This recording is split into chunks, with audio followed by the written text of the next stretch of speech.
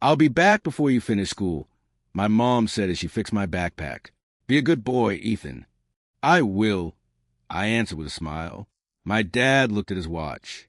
We have an important meeting. Wait outside the school gate after class. Don't leave with anyone else. Okay. My older brother Ryan climbed into the car without even looking at me. Bye. I shouted. Mom waved through the window. Dad started the engine. I watched the car disappear around the corner. I never imagined that would be the last time I saw them. The school day felt normal. I laughed with my classmates. I answered my teacher's questions. I drew a picture of my family, holding hands beneath a bright blue sky. When the final bell rang, everyone rushed outside. My mom's here, one boy shouted. My dad brought ice cream. Another girl laughed. Parents hugged their children. Cars arrived one after another. Soon the schoolyard became quiet. I stood near the gate, smiling. They'll be here soon, I whispered. Mrs. Helen Brooks, the principal, walked over. Ethan, are your parents running late? They have an important meeting. I see. She smiled kindly. Let's wait together. 5 minutes passed. Then 10. Then 30. The sun slowly moved lower. Mrs. Brooks checked her phone. I'll give them a call. She dialed. I listened carefully. No answer. She tried again. Still nothing. They must be busy, I said quickly. She forced a smile. I'm sure there's an explanation. Another teacher walked outside, carrying a purse. Still waiting? Mrs. Brooks nodded. They're not answering. The teacher looked at me with worried eyes. I'll stay a little longer. An hour passed. The playground was empty. Even the janitor locked the gym doors. My stomach growled. Mrs. Brooks knelt beside me. Are you hungry? A little. She handed me a small pack of crackers from her desk. Here. Thank you. I ate slowly because I thought my parents would arrive any minute. Every car that turned onto the street made my heart jump. None of them stopped. Mrs. Brooks tried calling again. Nothing. She sighed quietly. Ethan, do you know another phone number? My grandma, she called. Nobody answered there either. Maybe she's sleeping, I said. Maybe. She looked far less certain than I sounded. The sky turned orange. Street lights flickered on. I hugged my backpack tightly. They promise. I know. My mom never lies. Mrs. Brooks looked away before answering. I'm sure she meant to come. Another teacher finally spoke. Helen, we should call the police. My heart skipped. The police? It's only so they can help find your parents. I don't need them. I shook my head. My mom said she'd come back. Mrs. Brooks gently touched my shoulder. We're just making sure you're safe. A police car arrived 20 minutes later. 2 officers stepped out. One smiled warmly. Hi, buddy. I'm Officer Grant. I nodded. Can we talk? Okay. What's your name? Ethan Carter. How old are you? 8. Do you know where your parents went? They had an important meeting. When did you last see them? This morning. He wrote everything down. Do you know your address? I told him. He spoke quietly into his radio. Another officer drove to my house. We waited. I counted passing cars. Every single one disappointed me.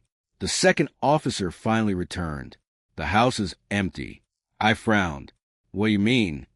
No one's there. They're probably still working. Nobody answered me. Officer Grant crouched beside me. Ethan, we're going to keep looking. My mom said she'd be back. I know. I have to stay here. What if they come? We'll make sure they find you. No. I shook my head harder. They told me to wait. Tears filled my eyes. I can't leave. Mrs. Brooks hugged me gently. You listened exactly like they asked. I did. You were very brave. Then why aren't they here? She didn't answer. I cried into her shoulder. She held me until I stopped shaking. The officers searched nearby streets. They spoke with neighbors. Nobody had seen my parents. Hours passed. The school became dark. Mrs. Brooks finally said softly, Ethan, let's go somewhere warm. What if they come while I'm gone? I'll leave a note. They'll read it. Yes. I looked at the empty gate one last time. Okay. The police station felt cold. Someone gave me hot chocolate. Another officer offered me a stuffed bear. I hugged my backpack instead. My mom said she'd be back. I whispered again. Officer Grant looked down. I know. Mrs. Brooks spoke firmly. He's not spending the night alone. You don't have to stay, an officer told her. Yes, I do. She sat beside me. We played a quiet card game. She let me win every round. Still, I kept staring at the front door. Every sound made me look up. Every time the door opened, my heart raced. Every time it was someone else. Late that night, I stood beside the station window. Cars passed under the yellow streetlights. I pressed my hand against the glass. They're coming, I whispered myself. I waited and waited, and even after the streets became almost empty, I still believed the next car would be theirs. 3 days after I waited outside my school, Officer Grant sat beside me in a small office. I'm sorry, Ethan. Did you find them? He lowered his eyes. No, they're still coming. He hesitated before answering. We're still looking. I nodded because I wanted to believe him. For weeks, people kept asking me the same questions. What did your parents say? They had an important meeting. Did they seem upset? No. Did anything unusual happen before school? I don't think so. Every answer was the same. Every search ended the same. Nothing. Mrs. Helen Brooks visited me whenever she could. She always brought books. You still like dinosaurs? I do. She smiled. Then I picked the right one. Thank you. One afternoon, I finally asked a question that had been sitting inside my heart. Did my mom call? Mrs. Brooks stayed quiet for a moment. No. My dad? No. They know where I am. I know. Then why? She reached across the table and squeezed my hand. I wish I had an answer. A month later, a social worker zipped my little backpack. Ready? I guess. Inside were my school books, 2 shirts, a toy car with 1 missing wheel, and 1 family picture. In the photo, my parents stood behind Ryan and me. Everyone smiled. I kept staring at that picture during the drive. They'll come for me, I whispered. The social worker looked through the windshield. I hope whatever happens, you'll be okay. She never promised they would return. Neither did anyone else. The foster home was clean but unfamiliar. Children laughed in another room. I didn't laugh. I kept my backpack beside my bed every night. If my parents came back, I wanted to leave immediately. Days became weeks. Weeks became months. Different adults asked the same questions. Different investigators opened the same file. Different officers checked the same addresses. Every answer was silence. One rainy afternoon, the social worker smiled gently. Ethan, someone wants to meet you. Who? A man named Marcus Hale. Is he my uncle? No. My grandpa? No. Then who is he? You'll see. Marcus looked older than everyone else. His gray hair matched his gentle smile. He held 2 cups of hot chocolate. You must be Ethan. Yes. I'm Marcus. I nodded. He handed me a cup. Careful. It's hot. I took a small sip. It tastes good. I make terrible coffee, but wonderful hot chocolate. For the first time in months, I smiled. He laughed. There it is. What? A smile. I don't smile much. I notice. He never asked painful questions. Instead, he asked, What's your favorite subject? Math. Excellent. Why? Because numbers tell the truth. I looked at him. They do. They don't lie to make people feel better. That answer stayed with me. A week later, I moved into his home. It wasn't big. The walls were covered with books. A small garden grew behind the house. Everything smelled like old paper and fresh bread. Marcus pointed upstairs. That room is yours. For how long? As long as you need it. I looked at him carefully. You mean forever? If that's what life decides. No one had ever answered me like that. The first night, I couldn't sleep. Marcus knocked softly. You awake? Yes. He entered carrying a blanket. I used to teach children. You did? For 35 years. Were they smart? Some were. Were they good? Some were. Were they lonely? He looked at me before answering. More than you would imagine. I hugged my pillow. My parents forgot me. Marcus sat beside the bed. No.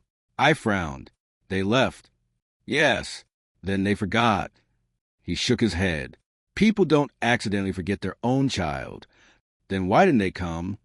I don't know. I wasn't bad. I believe you. I listened. I know. I waited. I know. My voice became smaller. So why wasn't I enough? Marcus answered without hesitation. The people who walked away made that choice. I stared at him. That choice does not decide your value. I don't understand. You will someday. He turned off the light. Good night, Ethan. Good night. Life slowly found a routine. Marcus cooked breakfast every morning. You'll burn the toast. I joke one day. I always do. You should stop trying. I've been trying for 20 years.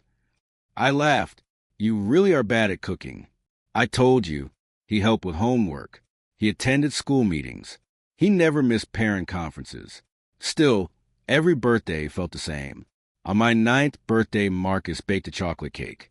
He placed 9 candles on top. Make a wish. I closed my eyes. Please let my mom come today. I blew out every candle. The doorbell never rang. On my 10th birthday, I wished for my dad. Nothing. On my 11th birthday, I wished for my whole family. Silence. Marcus never asked what I wished for. Maybe he already knew. One evening, I opened my backpack again. The family picture had bent at the corners. I stared at every face. Ryan looked happy. Mom smiled brightly. Dad rested his hand on my shoulder. None of it felt real anymore. Marcus walked past my room. You okay? I don't know. He sat beside me. You've looked at that picture 1,000 times. I keep thinking they'll explain everything. And if they never do, I looked down. I don't know how to stop waiting. He spoke quietly. Sometimes surviving means accepting that some answers never come. I swallowed hard. Does that mean I should forget them? No. What then? Remember what happened. And don't let it decide who you become. I slowly slid the picture back into my backpack. For the first time, I didn't place it on top. I buried it beneath my books. That night, lying in bed, I whispered to myself, maybe they aren't coming. The words hurt more than anything I had ever said.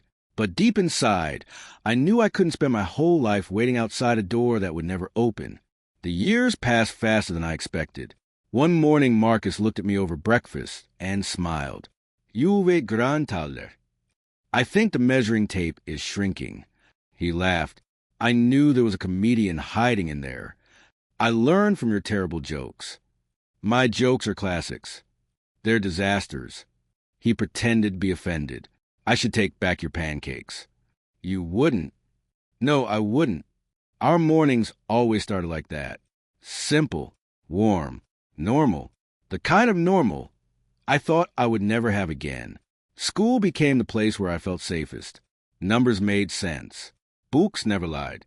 Questions always had answers. People were much harder to understand.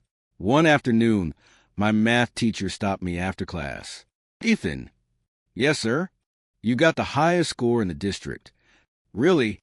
He handed me the paper. 99. What happened to the last point? He laughed.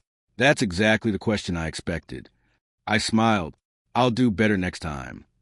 You already are doing better. When I got home, Marcus was watering the garden. You're smiling. I got 99. He put the watering can down. 99. In the district. He walked over and hugged me. I'm proud of you. I wanted 100. He stepped back. Never let perfection steal your joy. I almost had it. You already have something better. What? A future. That word stayed in my mind. Future. For years I had only thought about my past. Marcus refused to let me live there forever. As high school began, he placed several papers on the kitchen table. What's this? Scholarship information. I'm only starting high school. Exactly. Isn't this too early? No dream has ever arrived too early. I look through the pages. There are so many. There are. What if I don't get one? He smiled. Then we'll try again. And if I fail again, we'll keep trying. And again, as many times as it takes. His confidence slowly became mine. I studied harder than ever. While other students rushed home to play games, I stayed in the library. One afternoon, someone sat across from me. Is this seat taken? I looked up. No. A girl placed 3 thick books on the table. I'm Lily. Ethan, you always sit here. I like it. It's quiet. Exactly. She smiled. I like quiet too. For several days, we barely spoke. Then she noticed my notebook. You solve math problems for fun? They help me think. I draw when I need to think. She opened her sketchbook. The drawings were beautiful. You made these. She nodded. I wish I could draw. I wish I could solve equations. Maybe we both picked the wrong hobby. She laughed. No. From that day, we studied together. She never interrupted my silence. She never forced conversations. Somehow, that made talking easier. Weeks later, she asked, Do your parents ever come to school events? I froze. No. They're busy? I stared at my notebook. They're gone. She waited. She didn't rush me. For the first time in years, I decided to tell someone the truth. They left me at school when I was 8. She blinked. What? They said they'd come back. I swallowed hard. They never did. She stayed completely silent. I expected questions. I expected pity. Instead, she quietly reached across the table. Then she smiled. Then we'll build a better family. I looked at her. What? You heard me. I don't understand. Family isn't only blood. I remembered Marcus saying something similar years before. Lily continued. You already have Marcus. I do. And now you have one more person. You mean you? She nodded. If you'll let me. Something inside my chest felt lighter. No one had ever offered to stay before. Thank you. I whispered. You don't have to thank me. I do. For what? For seeing me instead of feeling sorry for me. I don't feel sorry for you. You don't. I admire you. That surprised me even more. Life slowly became brighter. Marcus met Lily one Saturday. So you're the famous study partner. Lily laughed. I'm famous. In this house you are. Marcus shook her hand. Thank you for helping Ethan smile more. She looked at me. He hides it well. I do not. You absolutely do. Marcus grinned. I agree. I rolled my eyes. This is unfair. It certainly is, Lily said. You've been outnumbered. For the first time in years, laughter filled the house. But the nights were different. Every dream returned me to the school gate. I always stood there with my backpack. Cars kept passing. My parents never stopped. I woke up sweating. Sometimes Marcus heard me. He knocked gently. Ethan, I'm okay. You had the dream again. Yes. You don't have to fight it alone. I know. But the dream always came back. Months later, the school announced award day. Students filled the auditorium. Parents crowded every row. My name echoed through the speakers. Ethan Carter. Everyone clapped. I walked onto the stage. The principal handed me a medal. Outstanding academic achievement. I smiled for cameras. Then I looked across the audience. Marcus stood and applauded proudly. Lily cheered louder than anyone. 2 seats beside them remained empty. For one foolish second, I imagined my parents walking through the doors. They never did. After the ceremony, Marcus hugged me. You earned this. I know. Lily smiled. We're celebrating. Pizza? Pizza. And cake, Marcus added. It isn't my birthday. So, cake doesn't need permission. We all laughed. Later that night, I placed a medal inside my desk drawer. Not because I wasn't proud, because every achievement reminded me of the same thing. Every birthday, every award, every graduation, every milestone. I always searched the crowd before telling myself to stop. Years had passed. My confidence had grown. My grades kept improving. My future finally looked bright. But somewhere deep inside me, an 8-year-old boy was still standing outside of school, believing the next car would finally bring his family back. And no matter how successful I became, that little boy had never truly stopped waiting. I was 17 when curiosity finally became stronger than fear. For years, I had told myself the past didn't matter. For years, I had repeated Marcus's words. Build your future. Keep moving. Don't let their choices define you. Most days I believed him. But some nights I still stared at the old family picture hidden inside my drawer. One Saturday morning, Marcus noticed me holding it. You've been looking at that for 10 minutes. I know. What are you thinking? I want answers. He stayed quiet. I don't know if that's a good idea. I don't either. But you're going anyway. I nodded. Yes. He sighed softly. Then promise me one thing. What? No matter what you find, remember who you are. I promise. The following Monday, I visited the city records office after school. A woman behind the front desk smiled politely. Can I help you? I need information about my family. What kind? I was reported missing when I was 8. She typed my name into her computer. Minutes passed. Her expression slowly changed. I'm sorry. What? I can't find a missing child report. Try again. She did. Nothing. There has to be one. I'm sorry. My hand started shaking. My school called the police. I understand. Then where is it? She looked uncomfortable. I don't know. I thanked her and walked outside. The cold air hit my face. No report? I whispered. How? That evening, Marcus saw my expression before I spoke. You found something. Nothing. What do you mean? They never reported me missing. He froze. What? There isn't a report. He slowly sat down. I was afraid of that. You knew? I suspected. Why didn't you tell me? Because suspicion isn't proof. I stared at the floor. They knew exactly where I was. Marcus nodded sadly. It seems that way. The answer should have ended everything. Instead, it opened even more questions. Over the next few weeks, I searched everywhere I could. Old newspaper archives, public business records, online articles. I wasn't looking for revenge. I just wanted the truth. One afternoon, I found my father's name, Daniel Carter. A photograph appeared beside the article. He looked older. His expensive suit looked new. His smile looked familiar. I whispered, You look happy. The headline read about the rapid growth of his construction company. Another article showed him opening a second office. Another celebrated an award. Another praised his success. I kept scrolling. There was no mention of me. Not once. Ryan appeared in several photos beside him. He looked confident, successful, comfortable.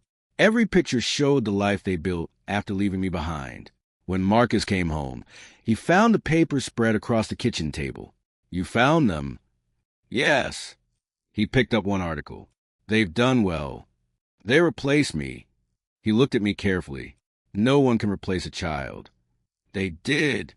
A few days later, I searched old social media posts from distant relatives, birthday parties, family reunions, holiday dinners. I wasn't in any of them. Then I found a comment that made my stomach twist. I'm so sorry about Lilithan. Such a tragic accident. I stopped breathing. What accident? I clicked through more comments. Another relative wrote, He'll always be remembered. Another replied, Life is so unfair. I read every word twice, then 3 times. I whispered, I didn't die. I searched for more. Finally, I found an old message from a distant cousin. I heard Ethan passed away years ago. Passed away. Not abandoned. Not missing. Dead. I slammed the laptop shut. No. Marcus hurried into the room. Ethan? They told everyone I died. What? They said I died in an accident. He stared at me in disbelief. They erased me. I couldn't stop repeating those words. They erased me. Marcus placed a hand on my shoulder. I'm so sorry. They didn't lose me. No, they chose this. Yes. I laughed once. It wasn't happiness. It was disbelief. I kept thinking maybe they were ashamed. Marcus stayed silent. I thought maybe they regretted it. He still didn't interrupt. But they buried me while I was alive. Tears filled my eyes. I wasn't their son anymore. Marcus pulled out a chair. Sit. I dropped into it. He poured 2 cups of tea. Neither of us touched them. After long silence, he asked, "What do you want to do?" "I don't know." "You could confront them." "I could." "You could tell the world." "I could." "You could spend years trying to make them pay." I looked at the newspaper again. For a long moment, I imagined showing up at my father's office. I imagined asking one simple question. Why? But another thought followed. Would the answer change anything? No. The boy who waited outside the school was already gone. No apology could give him those years back. I folded every newspaper carefully. Marcus watched me. "What are you thinking?" "I don't want revenge." He nodded slowly. "I believe you. I just don't want them to hurt me again. That's a different decision." "It is." "I spent years waiting for them." I smiled sadly. "I'm done waiting." Marcus finally lifted his cup. "I'm proud of you." "It still hurts." "It always will." "I don't think I'll ever understand why." "You may never." I carried the old family picture to my room. For a long time, I stared at the smiling faces. Mom, Dad, Ryan, me. It looked like a happy family. Now it felt like a photograph of strangers. I opened a small box beside my bed. Inside were my medals, report cards, and every birthday card Marcus had ever given me. I placed the family picture at the bottom of the box. Then I closed the lid. They erased me from their lives. I whispered, but they will never erase the life I built without them. For the first time since I was 8 years old, I made myself a promise. I would never chase the people who walked away. If our paths ever cross again, it would not be because I was searching for them. It would be because life had finally decided they should face the son they chose to forget. The morning of my university graduation began before sunrise. I stood in front of the bathroom mirror, adjusting my tie for what felt like the 10th time. Marcus leaned against the doorway with his arms crossed. "You fixed that tie more than I've watered the garden this week. It keeps looking crooked." He smiled. "No, it doesn't. It looks perfect. I don't feel perfect. That's because you're nervous. I've given presentations in front of hundreds of people. This is different." "Why?" "You spent years earning today." I looked at my reflection again. I wish I could stop thinking about that. Marcus stepped closer and straightened the knot one last time. "There. Better?" "Much." He patted my shoulder. "I'm proud of you, Ethan." Those words never became ordinary. Every time he said them, they filled a place inside me that had once been empty. When we arrived at the university, students rushed across the campus wearing graduation gowns. Families filled every walkway. Parents carried flowers. Children chased balloons. Cameras flashed everywhere. Lily hurried toward us, waving excitedly. "There you are. You look happy." "I am." She laughed. "Today isn't about me. It kind of is." She handed me a small wrap box. "Open it later." "You didn't have to buy anything." "I wanted to." Marcus pretended to whisper. She wouldn't listen when I told her not to. "I heard that," Lily replied. "I wanted you to." The 3 of us laughed together. For a moment, everything felt peaceful. Then the loudspeaker echoed across the campus. "Graduates, please proceed the auditorium." Marcus looked at me. "Ready?" I took a slow breath. "I think so. You've been ready for years." Inside, the auditorium buzzed with excitement. Students filled every seat. Families crowded the balconies. Professor James Turner walked onto the stage. "Good morning, graduates." Everyone applauded. He smiled warmly. Today celebrates years of hard work, sacrifice, and determination. As he spoke, I scanned the audience. Marcus sat in the front row beside Lily. They waved. I smiled back. Then, without thinking, my eyes searched the rest of the room. Empty faces. Unknown people. No one else. I quickly looked away. I had promised myself I would stop doing that. Old habits were difficult to break. One by one, students crossed the stage. Then I heard my name, Ethan Carter. The applause sounded louder than I expected. I walked across the stage, trying to keep my hand steady. Professor Turner smiled as he handed me my diploma, highest honors.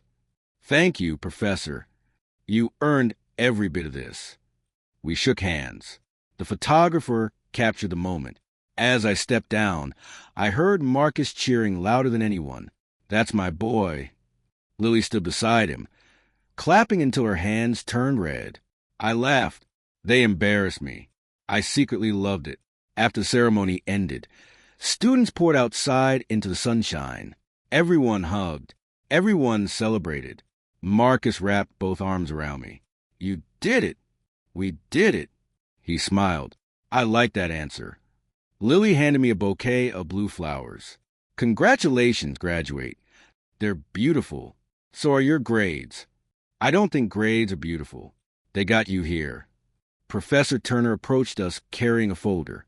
Ethan. Professor, I've been looking for you. He extended his hand. I have wonderful news. I looked at him curiously. What happened? The International Engineering Company accepted your application. I blinked. What? They officially offered you the position. They did. He nodded. The salary is excellent. I could barely breathe. The training begins in 3 months. Marcus looked at me proudly. I told you. Lily hugged me tightly. I knew you'd get it. I can't believe this. Professor Turner smiled. You believed in your future long, before anyone else did. I looked at Marcus. No, he did. Marcus laughed quietly. I only reminded you what you were capable of. For the next hour, we took photographs across campus. Marcus insisted on taking at least 50 pictures. You blinked. I didn't. You definitely blinked. I refused to believe that. Lily laughed so hard, she almost dropped the camera. You two are impossible. We're professionals, Marcus replied. Professional troublemakers. Finally, we sat outside beneath a large oak tree. Marcus opened a small picnic basket. I made sandwiches. Lily looked suspicious. Did you burn them? Only a little. I knew it. We laughed again. The afternoon felt perfect. Better than perfect. It felt complete. Then my phone vibrated inside my pocket. I smiled. Probably another congratulations. Lily leaned over. Read it. I unlocked the screen. The message came from an unknown number. My smile disappeared. Congratulations on your graduation. We're proud of you. Mom. Everything around me suddenly became quiet. The laughter, the conversations, the birds, they all disappeared. I stared at the screen. My hands began shaking. Lily noticed first. Ethan? I couldn't answer. Marcus leaned forward. What happened? I slowly turned the phone toward them. Marcus read the message. His face lost its color. Lily covered her mouth. Oh my God. I looked back at the words. We're proud of you. Proud. The word felt almost cruel. Where had that pride been when I was 8? Where had it been during my birthdays? My school graduations? The nights I cried myself to sleep? I swallowed hard. How? Marcus frowned. What do you mean? How does she know I graduated? No one answered. The question echoed inside my head. They had disappeared for years. They had erased me from their lives. So how had they found me now? I checked the number again. No name. No explanation. Just one sentence that shattered the happiest day of my life. Lily gently touched my arm. You don't have to answer. I know. Marcus nodded. Not today.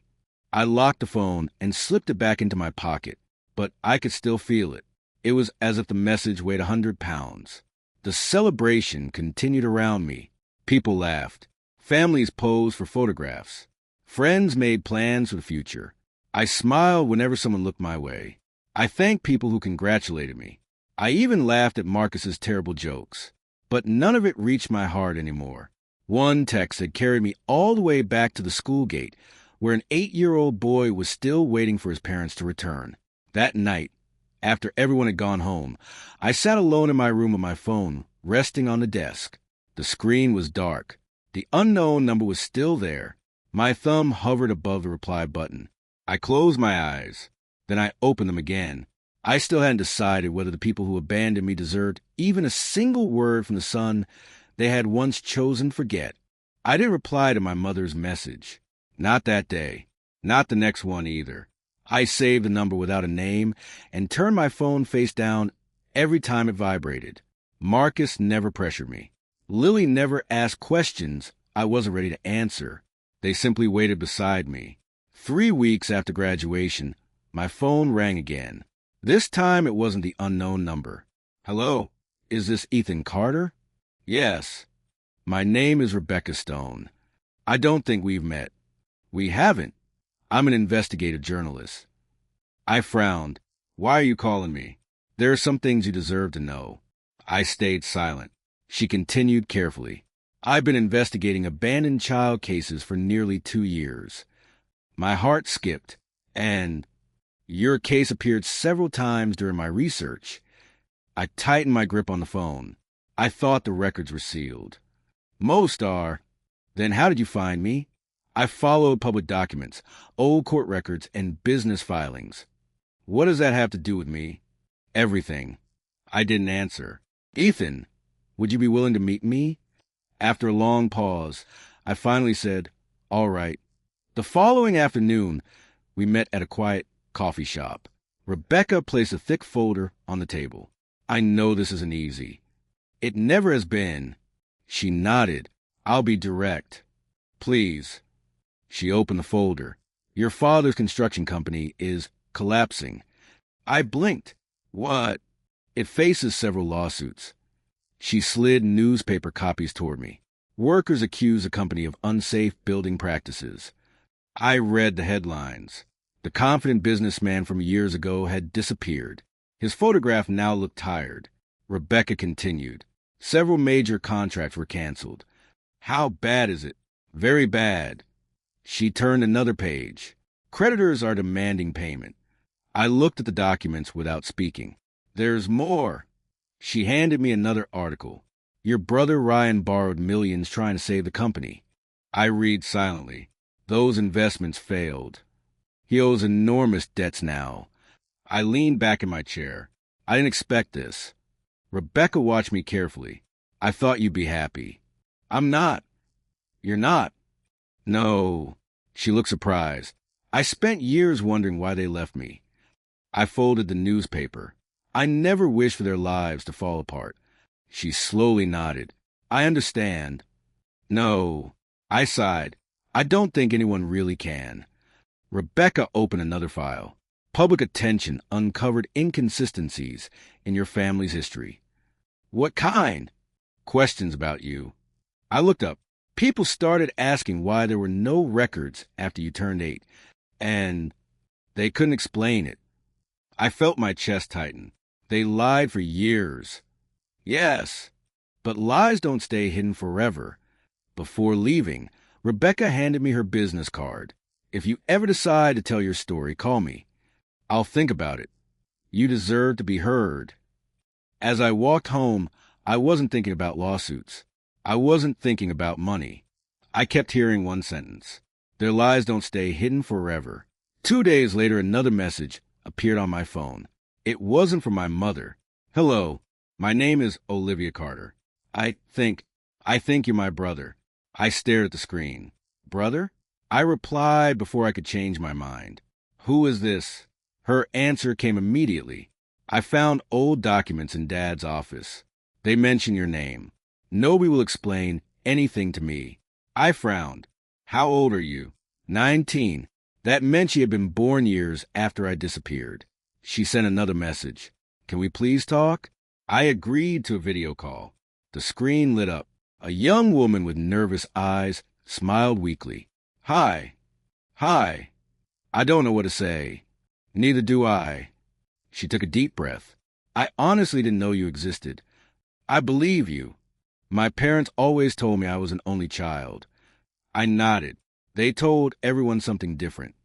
She looked confused. What do you mean? I stayed quiet for several seconds. Finally, I asked, "How much do you know?" She shook her head. "Almost nothing. They abandoned me when I was 8. Her eyes widened. "What?" "They left me at school." "No, they never came back." She covered her mouth. "That's impossible." "I wish it were." Tears filled her eyes. "I swear I never knew." "I know.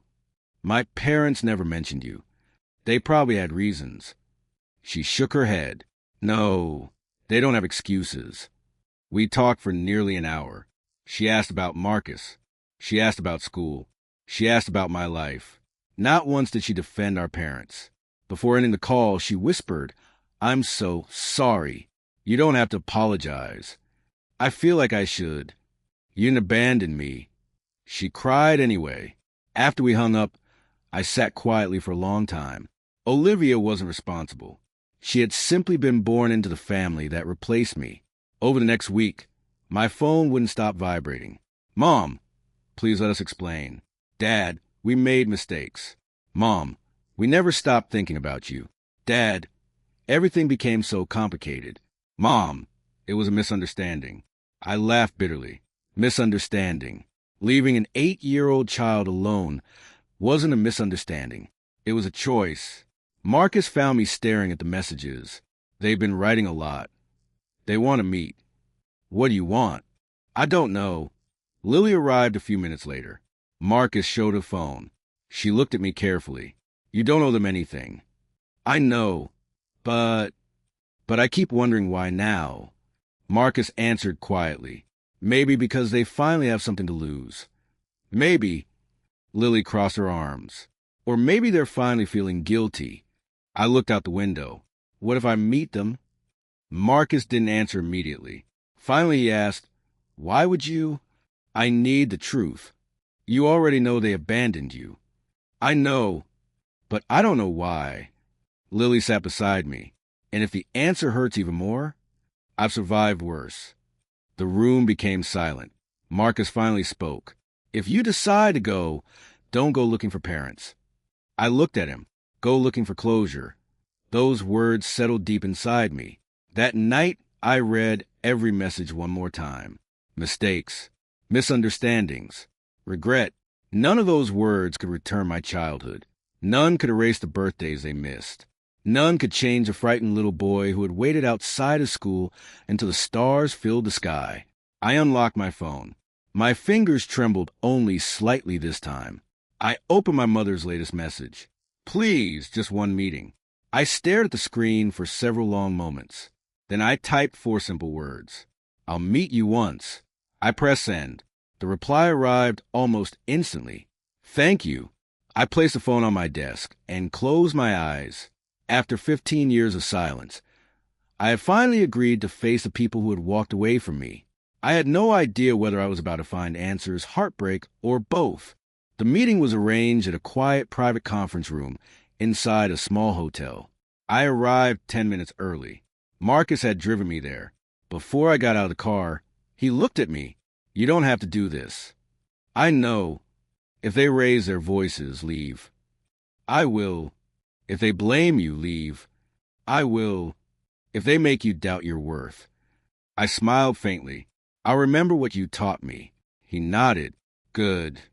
Lily squeezed my shoulder from the back seat. "We'll be right here." "I know." I stepped out of the car. Each step toward the building felt heavier than the last. A receptionist opened the conference room door. "They're waiting." I walked inside. For the first time in almost 15 years, I saw them. My mother looked older. Gray strands ran through her hair. Her eyes were swollen from crying. My father sat beside her. His shoulders had slumped. The confident businessman I had seen in newspapers was gone. Ryan sat across the table. He looked exhausted. No one spoke. I slowly pulled out a chair. "Hello." My mother's lips trembled. "Ethan." She burst into tears before saying anything else. My father stared at the table. Ryan looked everywhere except at me. Minutes passed in silence. Finally, I asked, "You wanted to meet." My mother wiped her face. "I'm so sorry." I didn't answer. She reached toward me. quietly moved my hand away. Her fingers stopped in the air before falling back into her lap. I've dreamed about this moment. I haven't. She closed her eyes. I deserve that. My father cleared his throat. Ethan, I looked at him. He immediately lowered his eyes again. I'm sorry. The words sounded weak, almost rehearsed.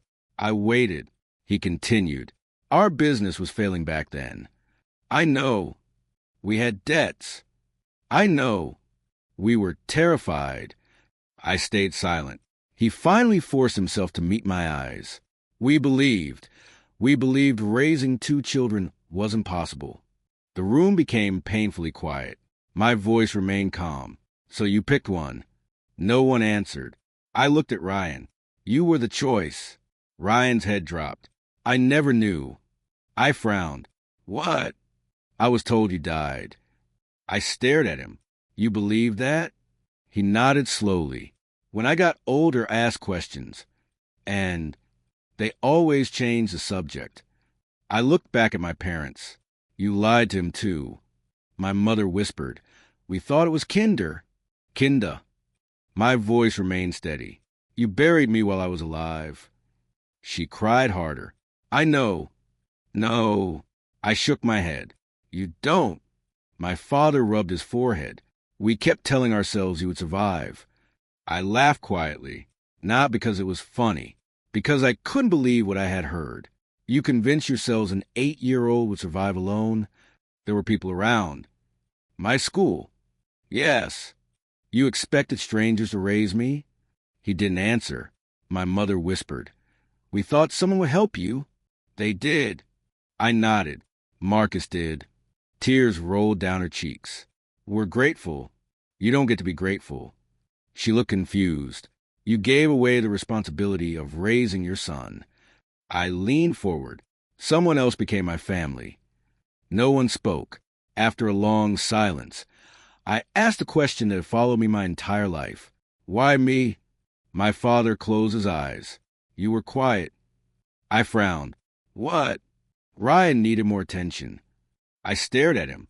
You abandoned me because I caused us trouble? He covered his face. It sounds horrible. It is horrible. My mother finally spoke. We kept telling ourselves we'd come back. But you didn't. The days became weeks. The weeks became years. I know. No. I looked directly at her. You don't know. I missed every birthday. I know. You missed every school event. She cried silently. I know. You missed every nightmare. I know. You missed everything. My voice never rose. That somehow made every word heavier. Ryan finally spoke. I would have looked for you if I'd known. I believed him. I know. I'm sorry. This wasn't your choice. He nodded weakly. No. My mother reached into her purse. I wrote you a letter. She placed an envelope on the table. I don't want it. It explains everything. Nothing explains this. She pulled her hand back. We were scared. So was I. We made terrible decisions. You made one decision. She looked at me. You drove away. Silence. My father finally whispered, Can you ever forgive us? I thought about Marcus. I thought about Lily. I thought about every birthday candle I had blown out hoping my parents would appear. Then I answered honestly, I don't hate you. Hope appeared in my mother's eyes.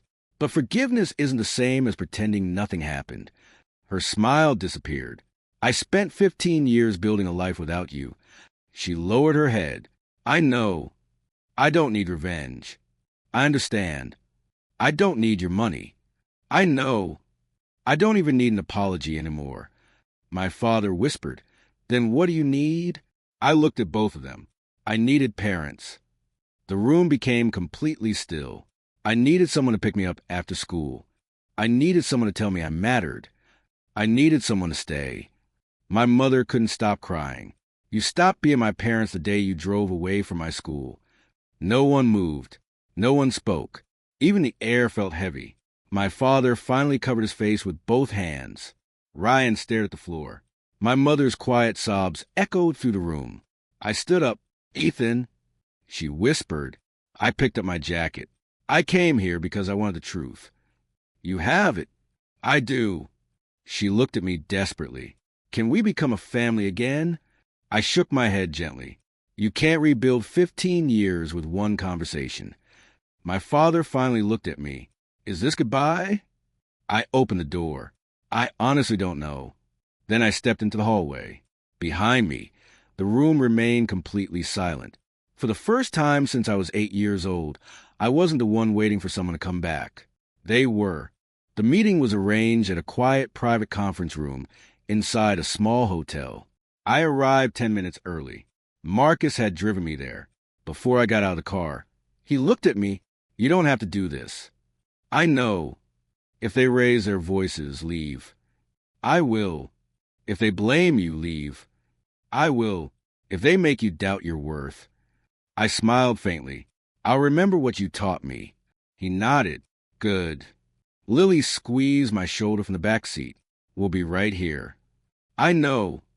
I stepped out of the car. Each step toward the building felt heavier than the last. A receptionist opened the conference room door. They're waiting. I walked inside. For the first time in almost 15 years, I saw them. My mother looked older. Gray strands ran through her hair. Her eyes were swollen from crying. My father sat beside her. His shoulders had slumped. The confident businessman I had seen in newspapers was gone. Ryan sat across the table. He looked exhausted. No one spoke. I slowly pulled out a chair. Hello. My mother's lips trembled. Ethan. She burst into tears before saying anything else. My father stared at the table. Ryan looked everywhere except at me. Minutes passed in silence. Finally, I asked, You wanted to meet? My mother wiped her face. I'm so sorry. I didn't answer. She reached toward me. I quietly moved my hand away. Her fingers stopped in the air before falling back into her lap. I've dreamed about this moment. I haven't. She closed her eyes. I deserve that. My father cleared his throat. Ethan. I looked at him. He immediately lowered his eyes again. I'm sorry. The words sounded weak, almost rehearsed. I waited. He continued. Our business was failing back then. I know. We had debts. I know. We were terrified. I stayed silent. He finally forced himself to meet my eyes. We believed raising 2 children wasn't possible. The room became painfully quiet. My voice remained calm. So you picked one. No one answered. I looked at Ryan. You were the choice. Ryan's head dropped. I never knew. I frowned. What? I was told you died. I stared at him. You believe that? He nodded slowly. When I got older, I asked questions. And they always changed the subject. I looked back at my parents. You lied to him, too. My mother whispered. We thought it was Kinder. Kinda. My voice remained steady. You buried me while I was alive. She cried harder. I know. No. I shook my head. You don't. My father rubbed his forehead. We kept telling ourselves you would survive. I laughed quietly, not because it was funny, because I couldn't believe what I had heard. You convinced yourselves an 8-year-old would survive alone? There were people around. My school. Yes. You expected strangers to raise me? He didn't answer. My mother whispered. We thought someone would help you. They did. I nodded. Marcus did. Tears rolled down her cheeks. We're grateful. You don't get to be grateful. She looked confused. You gave away the responsibility of raising your son. I leaned forward. Someone else became my family. No one spoke. After a long silence, I asked a question that followed me my entire life. Why me? My father closed his eyes. You were quiet. I frowned. What? Ryan needed more attention. I stared at him. You abandoned me because I caused us trouble? He covered his face. It sounds horrible. It is horrible. My mother finally spoke. We kept telling ourselves we'd come back. But you didn't. The days became weeks. The weeks became years. I know. No. I looked directly at her. You don't know. I missed every birthday. I know. You missed every school event. She cried silently. I know. You missed every nightmare. I know. You missed everything. My voice never rose. That somehow made every word heavier. Ryan finally spoke. I would have looked for you if I'd known. I believed him. I know. I'm sorry. This wasn't your choice. He nodded weakly. No. My mother reached into her purse. I wrote you a letter. She placed an envelope on the table. I don't want it. It explains everything. Nothing explains this. She pulled her hand back. We were scared. So was I. We made terrible decisions. You made one decision. She looked at me. You drove away. Silence. My father finally whispered, Can you ever forgive us? I thought about Marcus. I thought about Lily. I thought about every birthday candle I had blown out hoping my parents would appear. Then I answered honestly, I don't hate you. Hope appeared in my mother's eyes. But forgiveness isn't the same as pretending nothing happened. Her smile disappeared. I spent 15 years building a life without you. She lowered her head. I know. I don't need revenge. I understand. I don't need your money. I know. I don't even need an apology anymore. My father whispered, Then what do you need? I looked at both of them. I needed parents. The room became completely still. I needed someone to pick me up after school. I needed someone to tell me I mattered. I needed someone to stay. My mother couldn't stop crying. You stopped being my parents the day you drove away from my school. No one moved. No one spoke. Even the air felt heavy. My father finally covered his face with both hands. Ryan stared at the floor. My mother's quiet sobs echoed through the room. I stood up. Ethan, she whispered. I picked up my jacket. I came here because I wanted the truth. You have it. I do. She looked at me desperately. Can we become a family again? I shook my head gently. You can't rebuild 15 years with one conversation. My father finally looked at me. Is this goodbye? I opened the door. I honestly don't know. Then I stepped into the hallway. Behind me, the room remained completely silent. For the first time since I was 8 years old, I wasn't the one waiting for someone to come back. They were.